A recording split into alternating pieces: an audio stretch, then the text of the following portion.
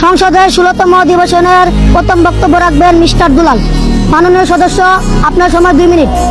ধন্যবাদ মাননীয় স্পিকার। মাননীয় speaker, I am very proud to have been born in Bangladesh. সবুজে মোরা বাংলার বুকে নদীর মধুর সুর, ইতিহাসের পাতায় চলে বীরত্ব গাথা অবু, রক্তে রাঙা স্বাধীনতার সেই অমলিন গান, হৃদয়ে বাজে আজও তার অগণিত আহ্বান। শ্যামল মাঠ আর নীলাকার স্বপ্নে একে দেশ, বাংলাদেশ আমার গর্ব, তার ভালোবাসার নেই শেষ। কিন্তু অত্যন্ত দুঃখের সঙ্গে বলতে হচ্ছে, আজ কবির সেই কল্পনার কবিতার বাংলাদেশ আজ ধ্বংসের শেষ প্রান্তে। মাননীয় স্পিকার, আজকের এই মহান সংসদে আমি দেশের সাময়িক বিষয় নিয়ে অল্প কিছুক্ষণ আলোচনা করতে চাই। মাননীয় স্পিকার, এই দেশে খাম্বা আছে, কারেন্ট নাই, চুলা আছে, গ্যাস নাই, আইন আছে, আইনের সঠিক প্রয়োগ নেই, মানুষের জীবন আছে ঠিকই কিন্তু জীবনের সঠিক নিরাপত্তা নেই। এইভাবে সাধারণ জনগণ মানুষ আর কতকাল অনিশ্চিতভাবে জীবন যাপন করবে, এটা আমি জানতে চাই।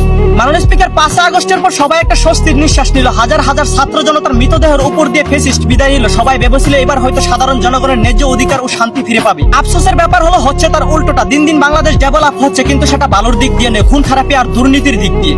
মাননীয় স্পিকার, অন্য দেশে সরকার পরিবর্তন হলে আগের দল কতটুকু উন্নয়ন করে গেছে তার চেয়ে দ্বিগুণ উন্নয়ন কিভাবে করা যায় সেই চিন্তা ভাবনা নিয়ে কাজ করি। আর আমাদের দেশে পরিবর্তন হলে প্রতিহিংসার রাজনীতি করে একজন আরেকজনের বাড়িঘর পুড়িয়ে ফেলে, রাস্তাঘাটে ভাঙচুর চালায়, অন্যজনের করে যাওয়া বিভিন্ন সরকারি স্থাপনা তো আগুন ধরায়। এর ফলে সব থেকে বেশি ক্ষতিগ্রস্ত হচ্ছে দেশের রাষ্ট্রের সম্পদ, প্রভাব ফেলছে আর্থিক খাতে। আর আমরা যদি প্রতিহিংসার রাজনীতি বন্ধ না করতে পারি, একে অপরের কাঁধে কাঁধ মিলিয়ে দেশের উন্নয়নের কথা চিন্তা না করতে পারি, তাহলে কোনোভাবে আমাদের দেশ ডেভেলপ হবে না। মাননীয় স্পিকার, আমরা আশেপাশের দেশগুলোকে নিয়ে মজা করি, কিন্তু দিন শেষে তারাই আমাদের থেকে শত বছর এগিয়ে। এক সংবাদের মাধ্যমে জানা যায়, আশেপাশে থাকা 5টি দেশের মেন শহরের মধ্যে আমাদের রাজধানী ঢাকা চুরি, চিন্তায়, খুন খারাপের দিক দিয়ে 1 নম্বর পদবি লাভ করেছে। আর যে দেশের রাজধানী এরকম দুর্নীতি অনিয়মের দিক দিয়ে এগিয়ে, সেই দেশ আর কতটা ডেভেলপ হবে এটা আপনার আর আমার জানার বাকি নেই। মাননীয় স্পিকার, এই দেশের নেতারা ক্ষমতা পাওয়ার জন্য যে কোনো কাজ করতে পারে, কিন্তু ক্ষমতা পাওয়ার পরে চুরি আর দুর্নীতিবাদে আর কিছু করতে পারে না। এই দেশের মতন নোংরা রাজনীতি বিশ্বের আর কোথাও খুঁজে দেখতে পাই না। কিছুদিন আগে হবিগঞ্জে এক যুবকের চোখ উপড়ে ফেলা হয়, এগুলা কোনো সুস্থ মানুষের দ্বারা সম্ভব না, কিন্তু এই সমস্ত অসুস্থ মানুষদের ট্র্যাগেল দেওয়ার মতন লোকের অভাব পড়ে না।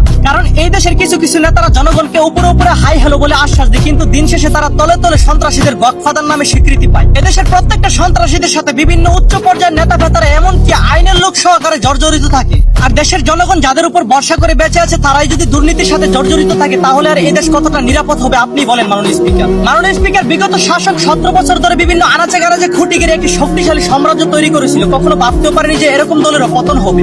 কোন দেশের প্রধানমন্ত্রী কখনোই তার নিজের দেশের খারাপ চায় না, ঠিক তেমনি গত শাসকও কিন্তু খারাপ ছিলেন না। খারাপ ছিলেন তার শেকড় থেকে ছড়িয়ে ছিটিয়ে পড়া আপনার আর আমার মতো নেতাকর্মীরা। তারা ক্ষমতা টিকিয়ে রাখার জন্য সাধারণ জনগণের উপর অন্যায় অত্যাচার জুলুম করতো, আর সেই জুলুমের ফলও তারা পেয়েছে। শেষমেশ পালানোর জায়গাটাও সুখের ছিল না। মাননীয় স্পিকার, মাননীয় প্রধানমন্ত্রীর উদ্দেশ্যে আমি একটা কথা বলতে চাই। আপনি দেশের জন্য অনেক কিছু ত্যাগ করেছেন, দেশকে ভালোবেসে অনেক নির্যাতনের শিকার হয়েছেন। আপনার আগমনে যেন লাখো মানুষের ঢল নেমেছিল, আপনার বিদায়ের সময় যেন লাখো মানুষের কান্নার ঢল নেমে আসে। আমরা চাই না 36শে জুলাই আবার পূর্ণরূপ নেই, আমরা চাই না আবার পতনের স্লোগান উঠুক। আমরা চাই আপনার শেষ নিঃশ্বাসটা যেন সম্মানের সাহিত্যে বাংলার মাটিতে ত্যাগ করতে পারে। তাই বলি, আপনার শেকড় থেকে ছড়িয়ে ছিটিয়ে পড়া বিভিন্ন স্থানের নেতা কর্মীরা যারা দলের নাম বিক্রি করে ক্ষমতার অপব্যবহার করছে, তাদেরকে দলের পরিচয় নিয়ে আইনের আওতায় এনে সঠিক শাস্তি দিন এবং জনগণের নিরাপত্তা নিশ্চিত করেন। প্রতিহিংসা নয় প্রয়োজন ঐক্য, বিভেদ নয় প্রয়োজন উন্নয়ন। কাঁধে কাঁধ হাতে হাত রেখে একটি সমৃদ্ধ বাংলাদেশ গড়ে তোলা হোক আমাদের অঙ্গীকার। ধন্যবাদ মাননীয় স্পিকার।